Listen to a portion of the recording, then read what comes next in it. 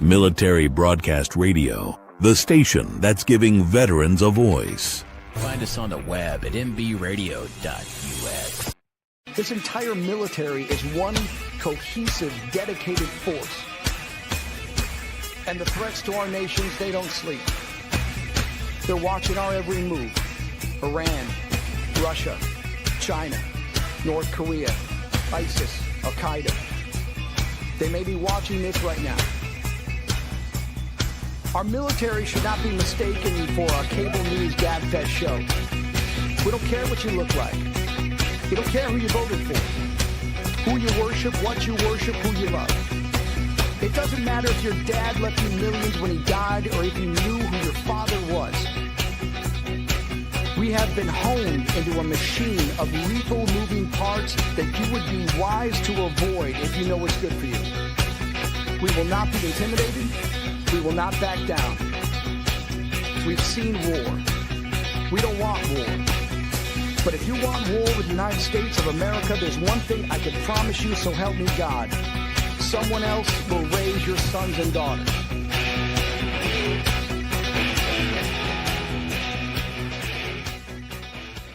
Opinions expressed in this program are those of the speakers and do not necessarily reflect the views or positions of any entities they represent. Find us on the web at mbradio.us. Military Broadcast Radio, the station that's giving veterans a voice. Find us on the web at mbradio.us. Opinions expressed in this program are those of the speakers and do not necessarily reflect the views or positions of any entities they represent. Find us on the web at mbradio.us. Join Terry with Tracer Rounds every Tuesday at 8 p.m. Eastern to hear interviews with veteran artists, veteran business owners, and businesses that support veterans. Catch us on Roku, Amazon Fire TV, and MB Radio.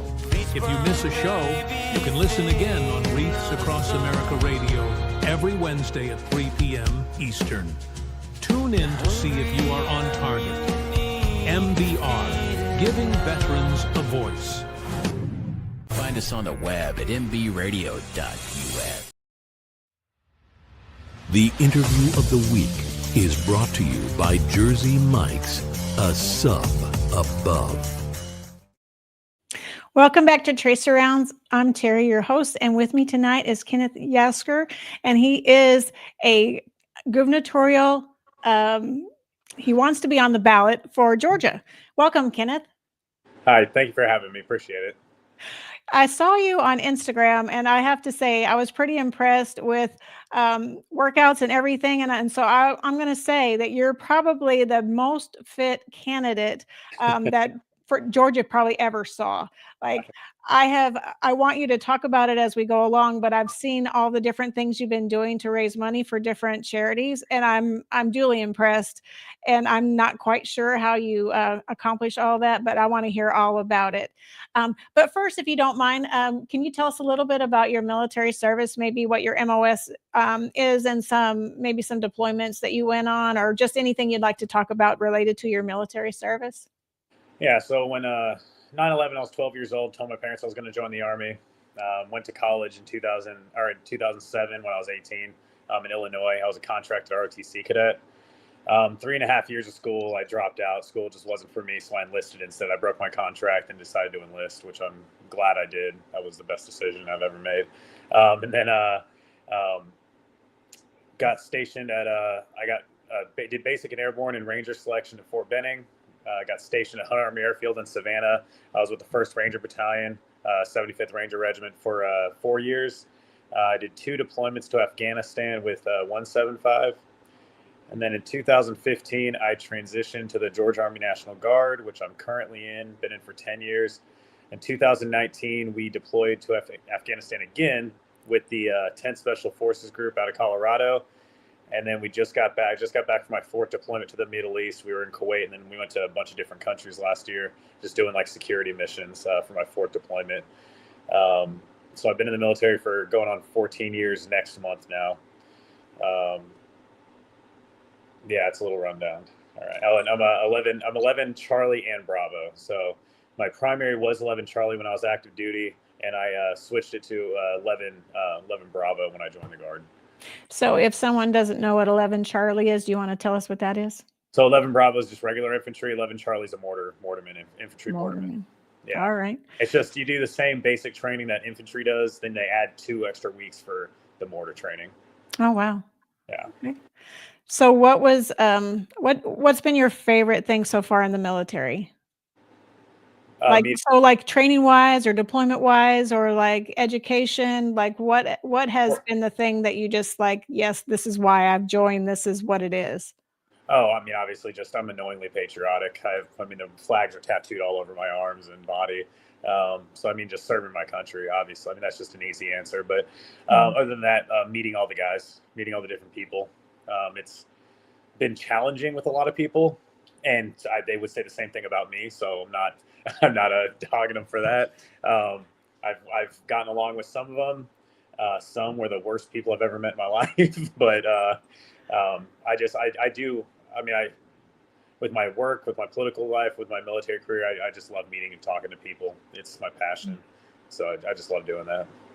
Yeah, I would definitely say in the military, you meet lots of people. Yeah. All kinds of people from all walks of life, other services too, and then other countries' services. So, absolutely, you're going to meet a whole plethora of people, and I think the experience is well worth it from that standpoint. And like you said, service is everything. And so if you're able to serve your country, I don't know of any greater honor, honestly. Yeah, exactly.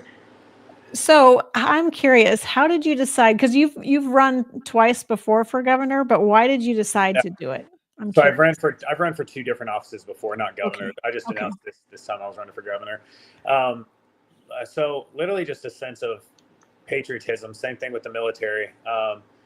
It's just a sense of I love the country. I love the flag. I love uniting people. I understand that we're divided right now, and it's very divisive, but I'm trying to bring the country back to, like, let's say the way our military's run. I may be a Republican, but I've deployed with Democrats, and they don't hate our country. They were wearing the same uniform I was, and we got along. We actually talked politics last year during the 2024 election. Yeah. And I actually helped 2 Democrats get their absentee ballots to go vote, knowing who they were going to vote for. Because it's not, I'm tired of us being defined based off who we vote for. I'd rather us be defined on being Americans first. And I'm trying to make Georgia what a united state is supposed to be within the United States. I want us to come together and actually start talking to each other again. Because compromise is what makes us the greatest country in the world. And our military runs just fine doing that. And our civilian life can do the same thing. Yeah, I agree. I mean, there's no reason we can't communicate. We don't have to automatically, just because someone's in another party or isn't in any party, doesn't agree with any platform. Exactly. We can still get along. We can agree to disagree, and we can still have a conversation that's civil. There's no reason why we have to be at each other just because we don't share all the same beliefs and all the same values. Exactly. And with the Charlie Kirk assassination that just happened, it's so easy to start pointing fingers at the other side. Yeah. No, that guy he is a piece of crap, and he is a terrible human being that deserves the death penalty. But that person who did that terrible, terrible thing does not represent everybody. That person doesn't represent half the country. Right. Nobody wants that violence. I'm not going to say nobody, but the majority of the people don't want that violence. And the problem is we can't let the actions of one awful, terrible human being define who we are or who another side is, because that's just going to break us apart even more. Yeah, I mean, those are extremists, and those are the outliers. Those aren't the typical everyday people that vote and that care about the country. Those are people that, for some reason or another, they just choose that instead of choosing to communicate and talk. And I don't know why. I mean, I don't know if any of us will ever know why. It's just unfortunate. So what made you decide though for governor? Because you ran for what other offices before? So my name was on the ballot for the U.S. House of Representatives for my Okay. district in 2020, but COVID and my Yeah. struggle with alcohol kind of just ruined that whole thing. And then in 2022, I ran for the state Senate. Very, very Democrat district that I'm in, but it was an open primary, so I just threw my name in the hat. Yeah. I lost the Republican primary by just 796 votes, and so Wow. my message back then kind of resonated. And we only had a 12% voter turnout. I got over 3,000 votes and only lost by 796. So Wow. the message was resonating. And our governor can't run for re-election. He's term limited, and so it's an open primary on both sides. So I said, you know what? I got friends all over the state. I can run a statewide campaign and see how I do and try to unite people, get my name out there, just throw my hat in the ring. Because I get the question all the time, like, why don't you run for something local again and then work your way up the ladder? Well, you know what? Maybe the ladder's the problem. Maybe the climb up the ladder is where they get all the money, get corrupt, and start ruining everything. So how about we just burn that freaking ladder down? Like, it's not the governor's job to have political experience. It's the governor's job to know what's best for the people who are actually living their lives, shopping at Kroger, at Walmart, struggling to buy toilet paper and put a full tank of gas, trying to pay. Do you pay a bill or do you buy food for your kids? Who better to know what the people need than our lieutenant governor? Announced a campaign for governor, and that week he loaned his own campaign $10 million. I can't spell $10 million. Right. And 3 days later, I was behind a gentleman in Kroger in Savannah, and his card declined buying a 6-pack of eggs. So I tapped him on the shoulder. I took him back, and we put that back, and I bought him a 12-pack before I bought my stuff. I wasn't wearing a campaign shirt. I didn't talk about my campaign. I didn't ask who he voted for in the last election or if he ever voted. It was just a moment of trying to help another American out because they're struggling. Right. And so who better to know what the people actually need than somebody who sees that guy? I promise you, these politicians don't see that guy's card declining buying a 6-pack of eggs. He wasn't trying to buy beer or liquor. He was trying to buy eggs. Right. And that's why I decided to run for governor. I love that, because it's humanity. It's all about humanity and taking care of one another. And, like you said, so many people get into politics and they're well above what the normal human experience actually is anymore. Like you said, being able to afford to take a gas or being able to afford to take your kiddos to the doctor or yourself to the doctor if you need it, or afford the medicine for that matter. Yeah. So, it's all relevant to our experience, and, people are struggling, and buying eggs can be, something that people aren't able to do because they had gone so high in price for one thing, but for another thing, people are, just having to pinch every penny they can pinch. I think something said like 70% of the country can't afford a $500 emergency. They don't have enough money. That's crazy. It is. That's crazy to me. And so it's like, when I look at it, am I well off? Absolutely not. I live in a 2-bedroom apartment in Midtown Savannah by myself. My dog has one of the rooms. I have the other one. And then it's pretty much my cat's apartment. But I pay my bills. I'm not doing anything fancy. I struggle to pay my own campaign because I'm using my own money on my own campaign. I'm trying to run a campaign without money. So I'm trying to get money out of it.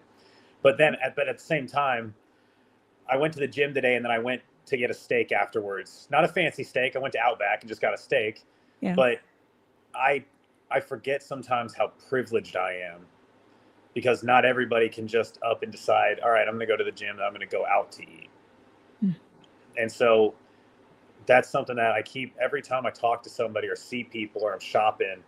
That's always on my mind. Like, I realize how privileged I am, even though I don't have a lot of savings, because I literally use all of the money I have on my campaign or bills or eating out. But I see these people and I realize I really am blessed. A lot of these people aren't as blessed as I am, but I really do want to help them. Yeah. I genuinely care about these people. And even if I don't know them personally, maybe just a smile can make someone's day better. Or just a kind word too. I mean, just Exactly. saying something nice to somebody, because sometimes that's the only nice thing they've heard in a long while. Or ever. Right. That's true Yeah. too. Some people have never heard anything nice, depending on how their home life is, and it's just, it's awful to think about, but everybody can make a difference just doing the smallest things. Yeah, I agree with that. I really do.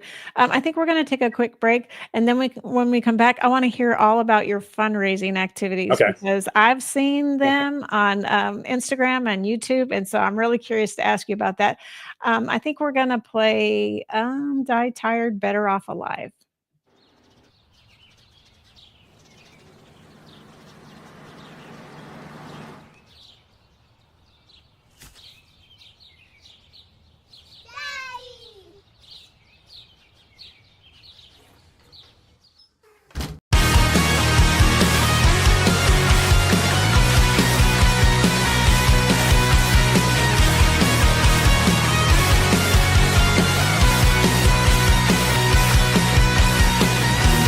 Restless heart, broken from the start, and you think that you must walk this path alone. Break away and love yourself today. You have to fight the bad thoughts in your mind, 'cause you will find your better off alive. Don't give your life away. You, my friend, you're worth it in the end. Don't give it all away. Restless minds, pacing all the time, giving in to someone's point of view. And over time, when you step back from that line, you see you're not alone, and we're all afraid. 'Cause you will find your better off alive. Don't give your life away. You, my friend, you're worth it in the end. Don't give it all away.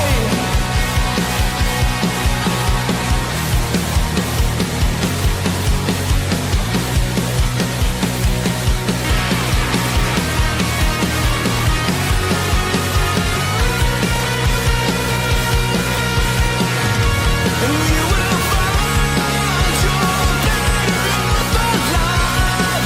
Don't give your life away. And you, my friend, you're worth it in the end.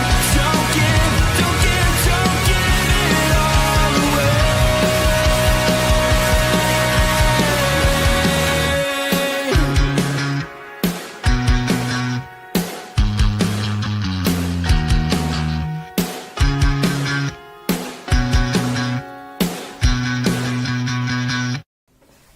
Love you, Daddy. Love you too, girls. Good night.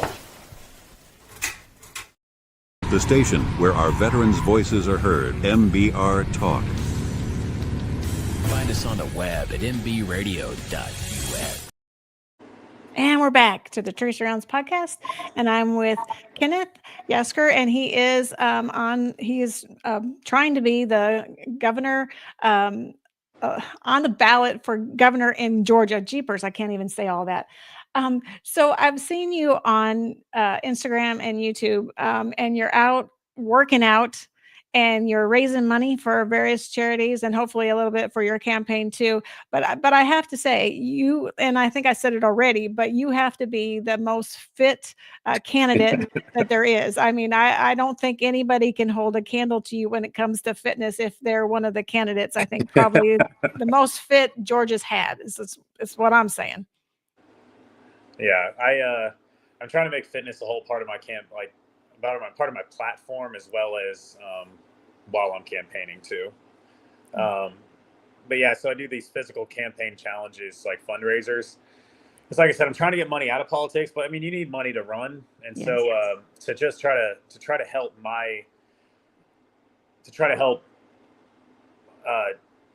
cover some of the costs, what I do is I do a physical challenging fundraiser, and then I donate half, or depending on what the charity is, the nonprofit is, I donate half or all of the money that I raise. Usually it's half because I'm trying to keep some money for the campaign. Right. To a nonprofit or charity that I choose, because all these other politicians just talk about doing stuff. Like I said, our lieutenant governor loaned himself $10 million when he announced his campaign. Do you know how many problems you can solve with $10 million? Right. Like, look at the optics of that. What if he donated that money to something that would just look good, right? But instead Yes. we're going to be wasting it on politics. So I'm trying to make, now I'm not attacking him either. Don't get me wrong. I'm trying to run a positive campaign. That's why I'm doing this. I understand money wins elections. It's just an easy example to use. So Right. I'm not trying to attack anybody. But I'm trying to make more of a difference while running for office than these politicians do or make while even in office. While they're just arguing, I'm trying to make a change while running, while they're just bickering and fighting and not doing anything about anybody. But yeah, so I just do all these like David Goggins style challenges to raise the money. So didn't you walk across Georgia? Twice, and I'm going to do it again next month. Are you really? So in 2023, when I first launched my campaign before my deployment, I walked from Tybee Island up to Statesboro to Athens and then back down to the state capitol. And then in March, I walked from Atlanta down to Waycross, Georgia. So I went south that time, and then I went back up to Savannah. And then along that route, so I said my other room is my dog's. The only reason my dog and my cat don't get along, so he has a full bedroom with a queen-size bed to himself.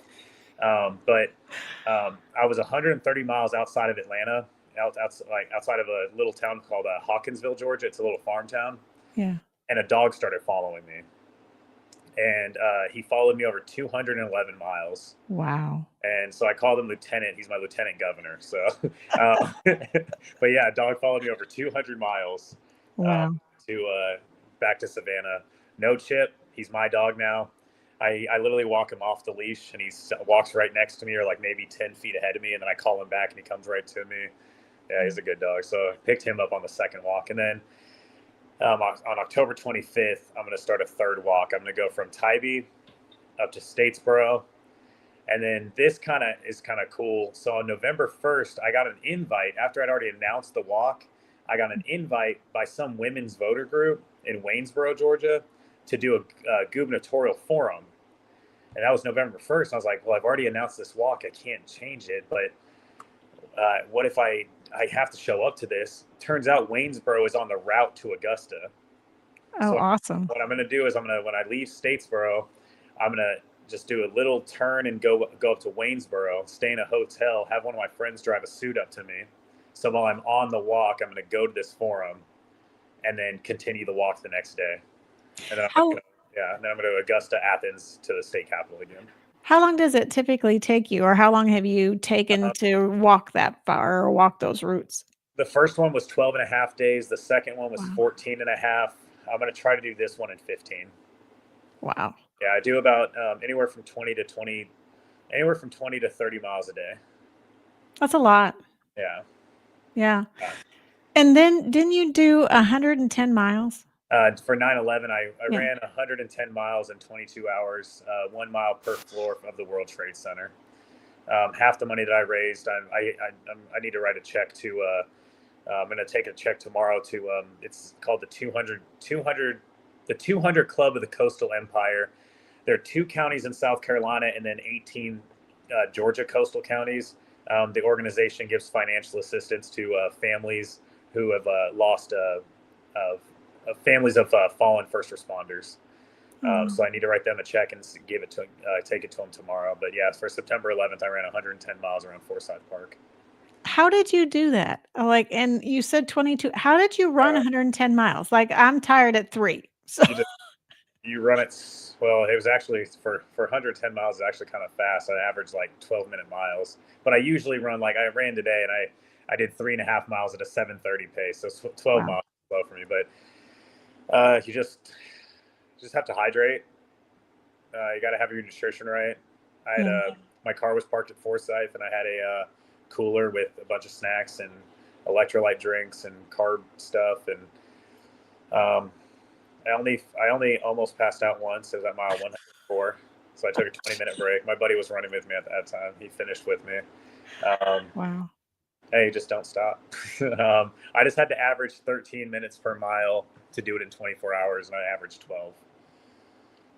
That is awesome. I can't even imagine. I just can't. When I heard that, I was like, how? Like, I just how have a many lot of days?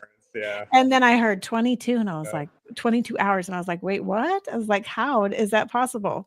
Yeah, it's funny that the awesome lady who interviewed me for my 11 Alive interview in Atlanta, Yeah. she started following me on Instagram after I followed her. She's awesome. She posted on her story, "Well, finally did a marathon. It only took a week because she ran 26.2 miles in 7 days, over 7 days." And I was like, Right. that's, I commented, I was like, that's hilarious. And she said, maybe I'll get it done in one run next time. And I said, hey, I'll run one with you. It's like, she's hilarious. It was really funny that she said that. That's awesome.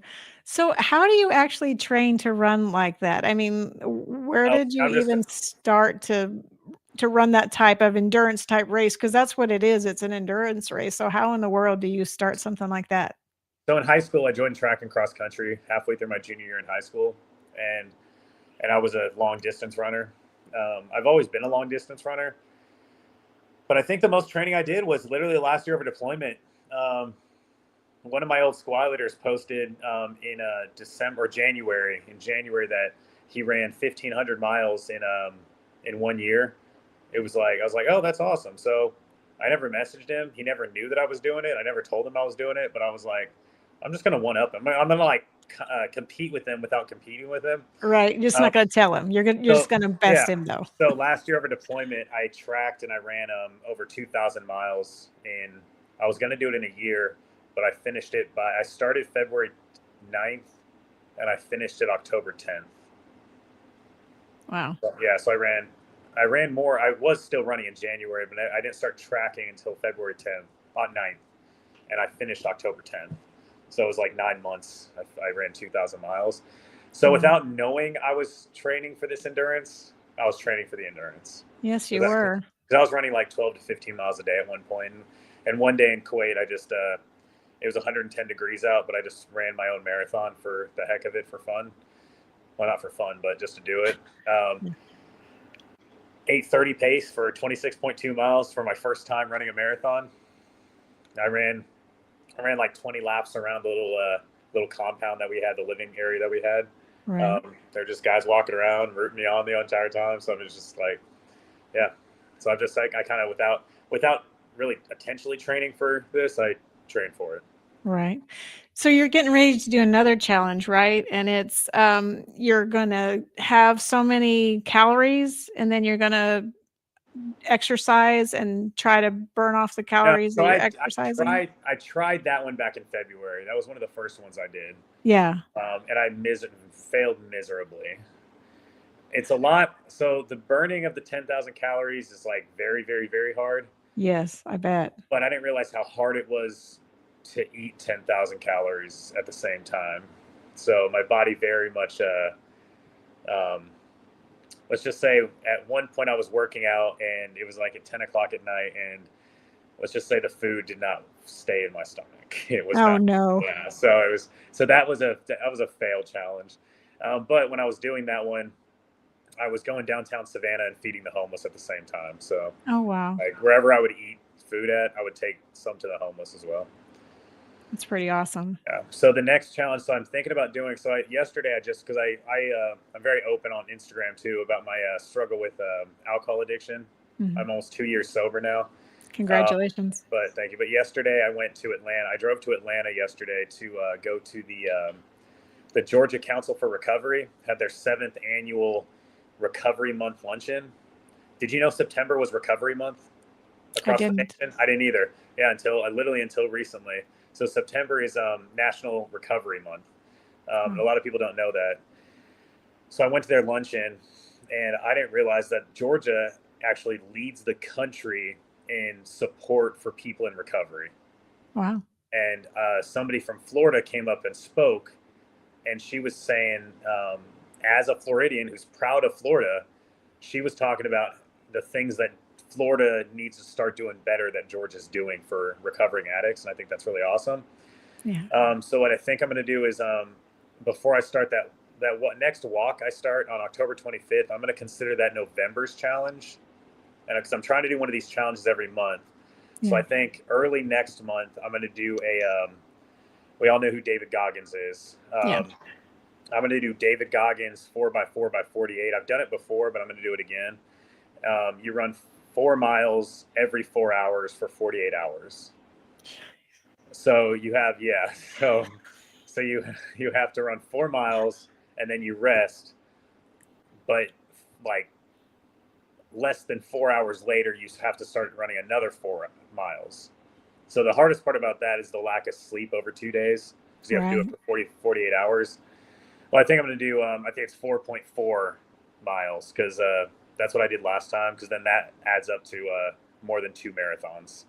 It's like a marathon is 26.2, so 2 marathons is 52.4, and I think that would be 52.6. So it's over 2 marathons. So, and then half the money that I raised for that is going to go to the Georgia Council for Recovery. That's great. You know, I really appreciate that you're doing things like that, because not too many people would pick several charities, and they might pick one over, maybe a campaign or something, and, try to help them out in some way. But, you doing one a month to help different charities. I mean, you're making several different organizations successful by, doing these challenges and doing the things you do. You're really getting awareness for these other organizations in front of people. It's not necessarily about the money. Like at one point I was only able to give like $250 because I'm literally running a grassroots campaign. I don't have these mega donors. I'm just begging people for $5-10 here and there. And so no matter what kind of money I raise, it's not necessarily about the money. They'll appreciate any kind of money. It's about the awareness too. So yeah, I mean, just bringing them out in front of people, just allowing people to hear their mission statement and know about them, because a lot of nonprofits and those types of things, no one really knows about them. So it really helps that you're putting them out there so that people can, look at what they're doing and maybe get involved. No, a lot of the ones that I heard of or have been helping, I didn't even hear of, like the 200 Club of the Coastal Empire. Yeah, I've never heard of that. I found it through ChatGPT. Oh, wow. And I called them and they said, oh, thank you. They're on Bull Street in Savannah. That's where they're located. They're downtown Savannah on Bull Street. That's where their office is. So I'm going to take it to their office tomorrow. And then the Georgia Council for Recovery. During my campaign, I opened up about my struggle with alcohol addiction, my mental health past. And so after I gave my first speech and just started talking about everything to people, somebody came up to me and told me about the Georgia Council for Recovery. I had no idea this was a thing. Yeah. So then I looked it up, and it's a great organization as well. So I'm actually learning about organizations because of my campaign too. That's a win-win, I think. Exactly. 100%. Yeah. Well, I think it's time for another break. So I think we'll play Mr. Red, White, and Blue Cafe Anderson, and then we'll come back and we'll hear more about what's next.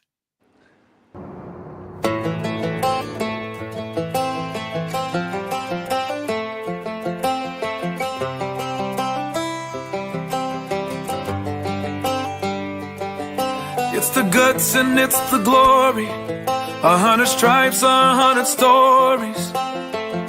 It's the Pledge of Allegiance on the 4th of July. It's them handwritten letters from home. It's them sleepless nights alone. It's his newborn baby he left with his wife. Mr. Red, White, and Blue, lay down, here's a line. Mr. Red, White, and Blue, for these stars and stripes. Hey.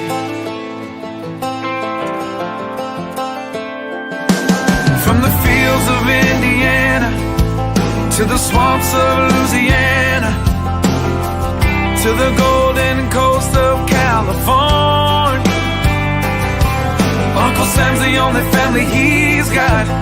His purple heartbeat won't stop, and his 18th birthday was the day he was born. Mr. Red, White, and Blue, lay down, here's the line. Mr. Red, White, and Blue, for these stars and stripes. Mr. Red,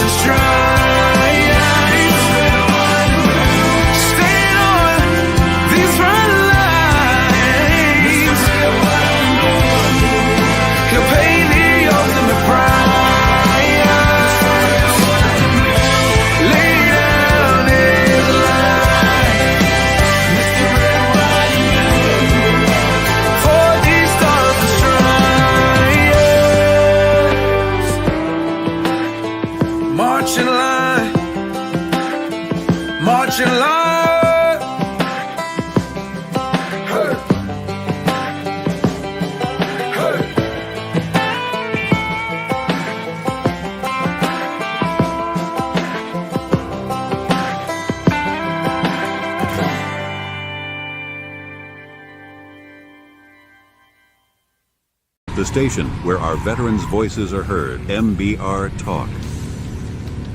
Find us on the web at nbradio.us.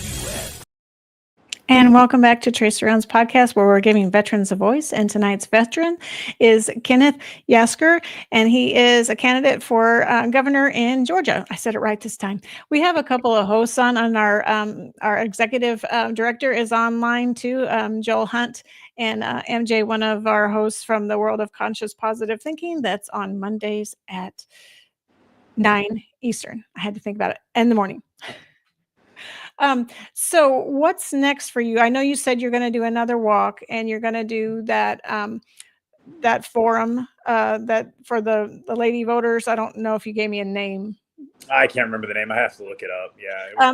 So what else are you going to do in order to get yourself out there? Because I know I heard you say that you were trying to get in with the news organizations, and they said you had to have $100,000 or they weren't talking to you. That was one local news outlet. So another news outlet, WSAV in Savannah, did an interview with me. A radio station up in Macon, Georgia, gave me a TV interview, and then 11 Alive in Atlanta. So on August 20th, the Georgia State and the Houston County NAACPs of Georgia hosted a gubernatorial candidates forum. And it wasn't like a debate or anything. They just gave us all speaking time. We were all on stage, and we went one by one speaking. Yeah. Well, there were at the time there were 6 Democrats running. Now there are 7, but at the time there were 6. 5 showed up, and then at the time there were 3 Republicans. I was the only Republican to show up to the event. So far, all the events I've gone to, I've been the only Republican gubernatorial candidate to show up. But on August 20th, I gave a speech. I was the last speaker. Now, the NAACP is nonpartisan, but they lean a little more to the left. It's not a secret, Mm-hmm. So there were people that said I was brave for, showing up and all that. I'm like, not really. I'm just here to talk to everybody and anybody who's willing to listen. Anybody who'll give me a voice, I'm here to talk, Yeah. Especially since my campaign, I've raised only $9,000 compared to the multi-millions I'm running against. Yeah. And I'm getting any attention I get, I'm really grateful for and honored. But I gave a speech, and the candidates who weren't there sent in videos, and they showed their videos. Well, the other 2 Republicans, most people were respectful, but there were some like jeers and boos in the back, because it was, let's just say, I've heard these people, my opponents, talk live. Yeah. And then I watched their videos.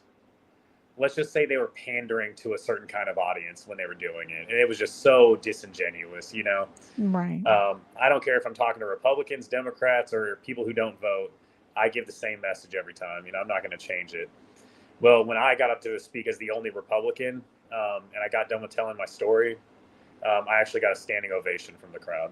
Oh, wow. It was really cool. So 11 Alive picked up on that. And because I was there, I got different Republican parties have invited me to events. Like last night, after I got done at in Atlanta at that luncheon for the Georgia Council for Recovery, I drove up to Rabun County, Georgia, which is an hour and a half away from Atlanta, to go to I was their speaker at their monthly event, and then I just drove all the way back down to Savannah after that. So I didn't get home till like 2:30. But 2 days before that, on Saturday, the Rabun County Republican Party, again, it's 5 hours away from Savannah. So the Rabun County Republican Party held a Low Country Boil from 5 to 7.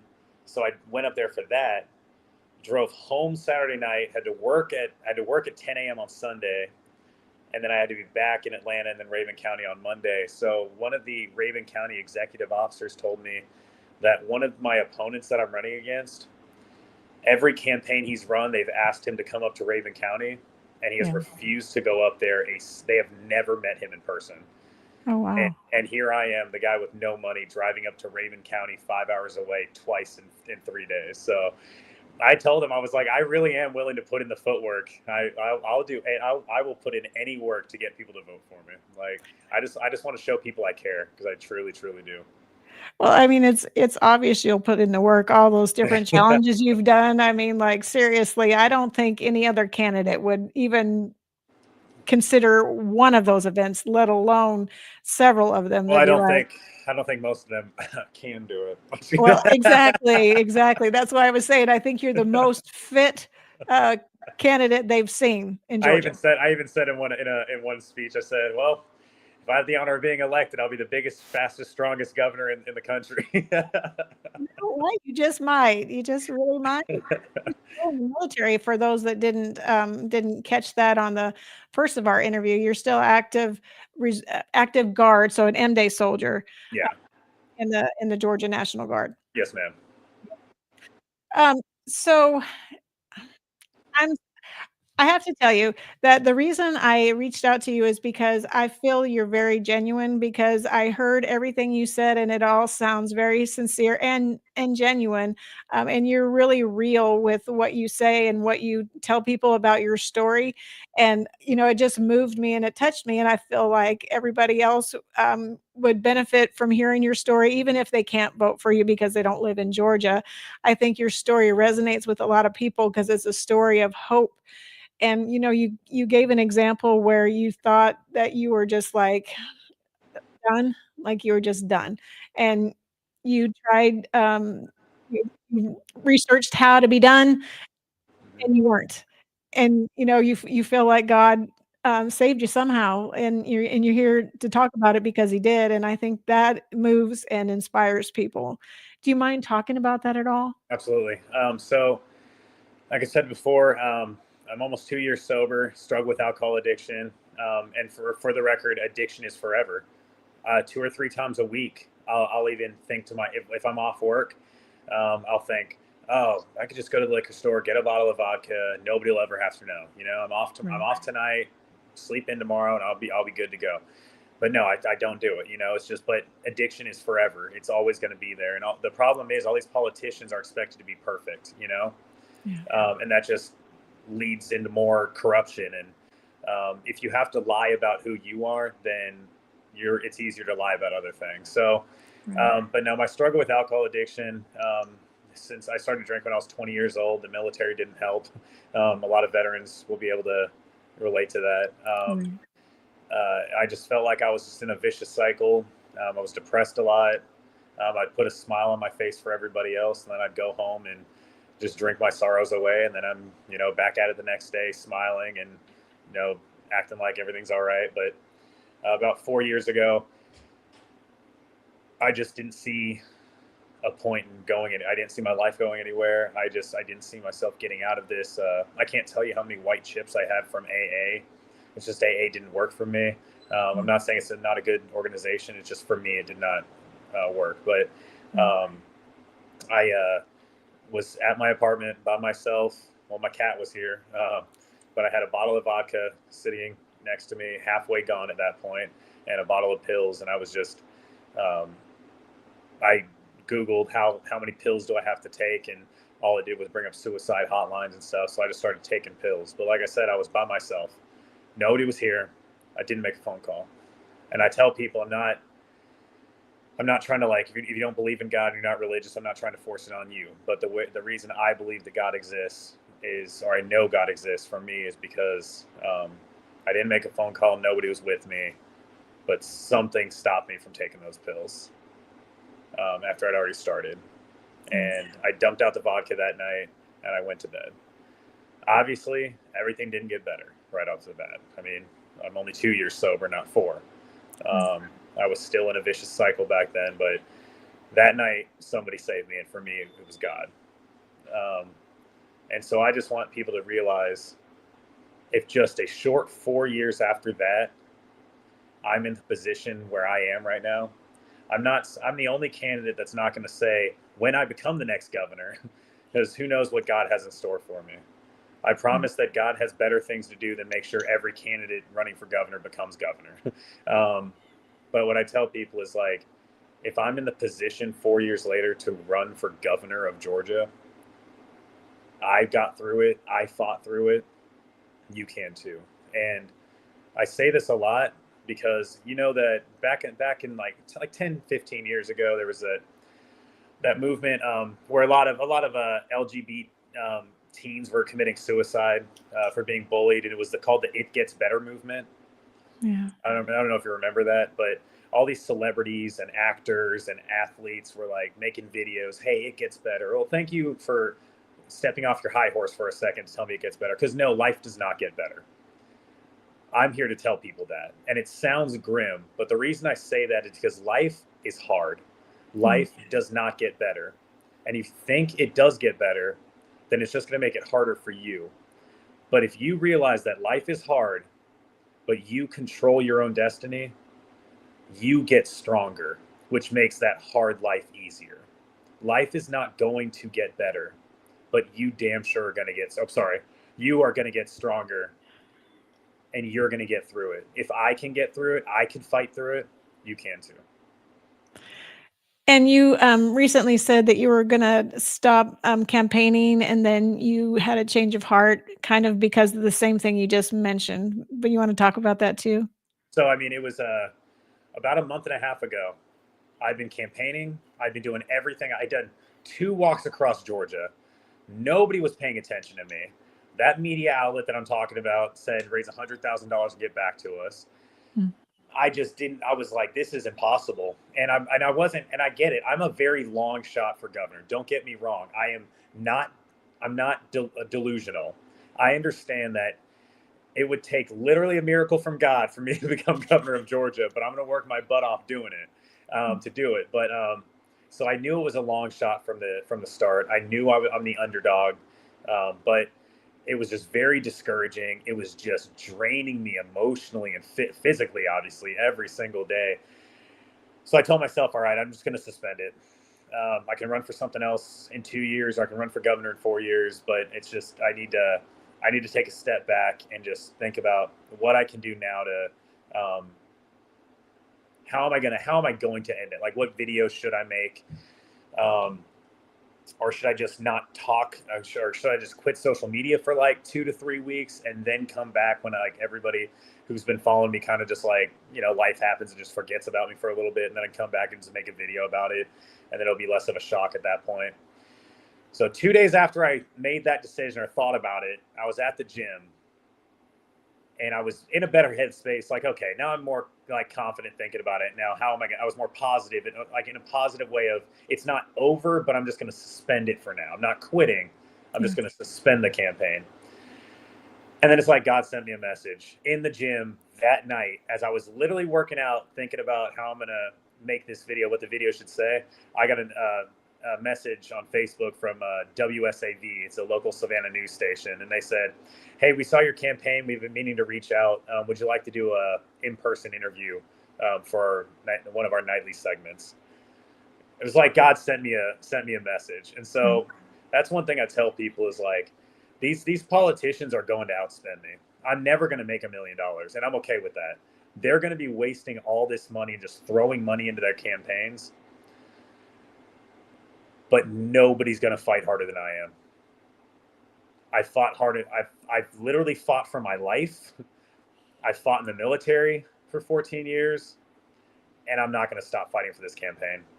I even got to work that night, and I went to show one of my owners. Eric and Heather are the owners of the restaurant I work at. Mm-hmm. It's like a family. And I went to show Eric the message from WSAV. Yes. But it was a text. It was a text I sent somebody explaining that I was going to quit, but didn't. Got this message. It's like God telling me not to quit, right? Right.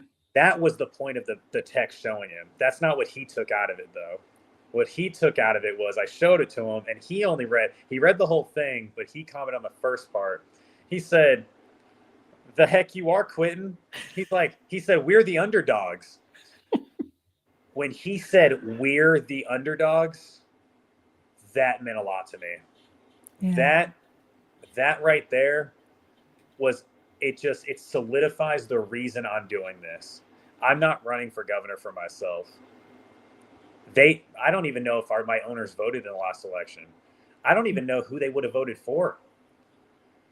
But that's who I'm doing this for. Those people. The people who don't feel like we have a voice. The voices that hear all these politicians every year say, I remember what it was like to be you. Well, good for you. How about instead of electing someone who says they remember what it was like to be one of us, what about we just elect one of us? How Right. about we just put one of us up there who still works scraping and scratching to pay his bills, who understands what it's like for a guy for his card to decline buying a 6-pack of freaking eggs, who serves people every day who have kids and are struggling to put food on the table. How about we just elect somebody who hasn't been in the shoes, but is still on the ground fighting and working and Right. literally fighting every day for these people? Because I no matter what, if I had the honor of being the next governor, I would never stop. My security detail would have to quit because I wouldn't be going to some executive board meetings all the time. Our current governor went down to South America to try to find new companies to bring to Georgia. How about instead of finding new companies to bring to Georgia, you worry about lowering food costs for families here in Georgia? Right. How about you worry about the people struggling right now instead of finding a foreign company to bring to our state? And how about you go to a Friday night football game? Go to a middle school cross country meet. Go to some high school softball game. Show the state and the community that you care. And I'm not saying our governor doesn't care, because I voted for him twice and I campaigned hard for him both times. But these elected officials, they don't show that they care. Yeah. Sometimes it's hard to see it. Like, here we go. Trump in 2016 said you're going to get tired of winning when he's president. You know what? If I become governor, you're going to get tired of seeing my face everywhere. I'm going to be showing up everywhere to see everyone all the time, because that might be what it takes. Mental health is a big issue in our country. Yes, it is. Obviously, it was for me, and it still is. I still have my low days. They're very, very few and far between now, but I have them. Yeah. My low days and low nights sometimes. But maybe it would just take somebody in a high political position to literally show their face everywhere, to show people that somebody higher up really does care about you. And that's something that I really want to do. I agree with you. I mean, so many politicians get elected and then you never see them again. Never. unless there's just some reason they have to come out and show their face for something, but you don't usually see them moving around the community, just, out, just seeing how everyone's doing, just kind of seeing how everyone's living and what's going on in the neighborhoods and all that, unless there's a disaster or something like that. And they're doing a photo op along with assessing damage. So you're right. That's why I like these walks across Georgia, because I've literally walked through small towns that most politicians in Georgia probably don't even know exist in the state. Right. You know what I'm saying? Yes. It's like some small town of 200 people. Why would a politician care about them? It's kind of like when they used to take the train cars and they used to stop at every small town along the train route. Yeah. So it went places like most people would never just drive to. So it kind of reminds me of that, except for you're walking, but. Somebody asked me when I said I was running for governor, they were like, so are you willing to go door to door? I said, I'm going city to city. Right. I'm not walking door to door. I'm literally walking from city to city across the state. I think that's really awesome. I wouldn't have thought of doing that. And I really love that that's what you went to, that's what you thought of, is really getting to know the state, getting to know the people, engaging with the people, just being out with the people. Because like you say, most of the politicians aren't coming to the smaller locations. They don't feel like there's enough votes there to make it worth their while, and they want to spend their money somewhere else. And you've got very little resources, but you're still spending it on everybody and seeing everybody, not just, where the heavy hitters are or where the most votes are. You're where the people are. And I love that. And see, I'll admit, I've said this in a speech before too, as a Republican, the Fulton County is is where Atlanta is. So it's very, very, very dark Democrat blue, like very, very deep blue Democrat. The Fulton County Democratic Party could invite me as a Republican to speak to them. They could tell me preemptively, nobody in this meeting is going to vote for you in the primaries or the general election. Because in Georgia, we have open primaries, so you can vote in whatever primary you want. So we don't register with a party. We just register to vote. Oh, okay. But obviously, Democrats go get the Democrat ballot, right? But Yeah. so they can literally tell me nobody in this meeting is going to vote for you in the primary or the general election. I would still go and talk to them, because like I said, if I had the honor of becoming governor, I'm representing everybody. And I would want them to remember I gave them the time of day while campaigning. I will give them the time of day while governing. I love that. Yeah. We have just a couple of minutes left. Is there anything that I didn't ask you or anything you'd like to say before we close? So I like to end by telling people,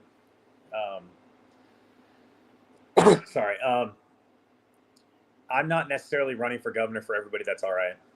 I'm not running for governor for everybody who has $1 million in their bank account. You maybe have a stable job. You wake up every day and you feel great. You go to bed, you feel fantastic. I'm running for governor because there are people out there who feel like literally nothing. There are people out there who are struggling every single day. They wake up with a little bit of light and hope, and they walk outside and they're just swallowed by darkness. There are people out there who don't feel like voting. They don't care who the president is. They don't care. They're not depressed because Joe Biden was president, and they're not depressed because Donald Trump was president. They may not have ever voted in their lives. They're depressed and they're feeling like death every day because the world is destroying them. As a Christian, I'm not trying to live my life in order to get to heaven. My goal is to try and make sure that people aren't living their own hell while on earth, because hell is eternal. And whether you believe in heaven and hell or not, hell on earth feels eternal. And I'm running for governor so that people know that even if I don't know you personally, I have never met you personally. I don't know if your struggle is physical, financial, mental. And I'm not going to make any campaign promises other than the fact that if I had the honor of becoming governor, I want those people who feel like nothing to know that there was somebody in the highest office in the state who genuinely loves you, cares about you, and sees you. Because I've been to that dark place. And I don't want to climb to the top of the mountain and then tell people how to get there. I want to climb to the top of the mountain, go back down, and bring you back up with me. And I will go to the bottom of that mountain as many times as I have to in order to make sure people realize that you really do care. Because that's what I'm running for. That's why I'm running for governor. Well, I love that. Well, we have to close now, but I thank you so much for coming on the program. Thank you. I wish you every success in your run for governor, and we'll be watching to see what the results are. Will you come back when after you get on the ballot and you're participating in all the preterm balloting activities? Yeah, so March 2nd through 6th is filing week. I'll be on the ballot after that, and then May 19th is primary. But no, you send me a message. I'll be here anytime. Perfect. Thank you so much. No, thank you for having me. I appreciate it. All right. Well, good luck. Thank you. Tracer Rounds out.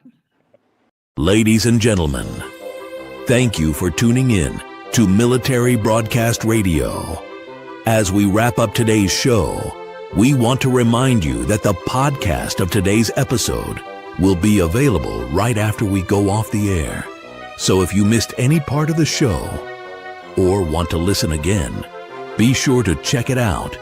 And remember, we're here to support and honor our veterans. Your stories and experiences matter, and we are committed to giving you a platform to share them. That's right. We're here to give our veterans a voice. So don't forget to catch the podcast and stay connected with us. Giving our veterans a voice.